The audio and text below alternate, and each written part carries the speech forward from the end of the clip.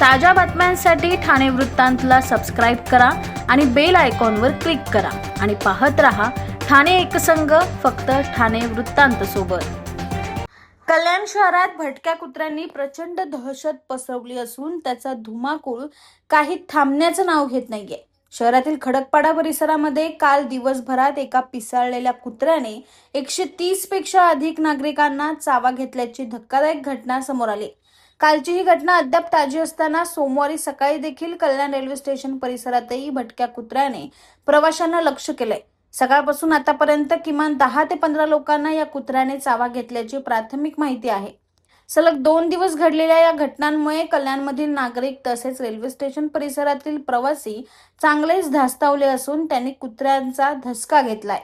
दरम्यान खडकपाडा येथे उच्छाद घालणाऱ्या या कुत्र्याला जेरबंद करण्यात यश मिळालं असून त्यामुळे नागरिकांनी सुटकेचा निश्वास टाकलाय।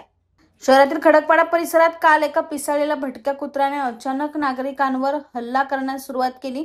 रस्त्यावरून जाणारे नागरिक, वाहन चालक आणि परिसरातील रहिवाशांना या कुत्र्याने लक्ष्य केल्याची माहिती समोर आली।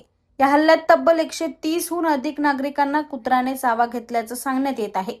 घटनेची माहिती मिळताच परिसरात एकच खळबळ उडाली। नागरिकांमध्ये भीतीचे वातावरण निर्माण झाल्यानंतर पोलीस, स्थानिक नगरसेवक, नागरिक आणि श्वान पकडणाऱ्या पथकाने संबंधित कुत्र्याचा शोध सुरू केला।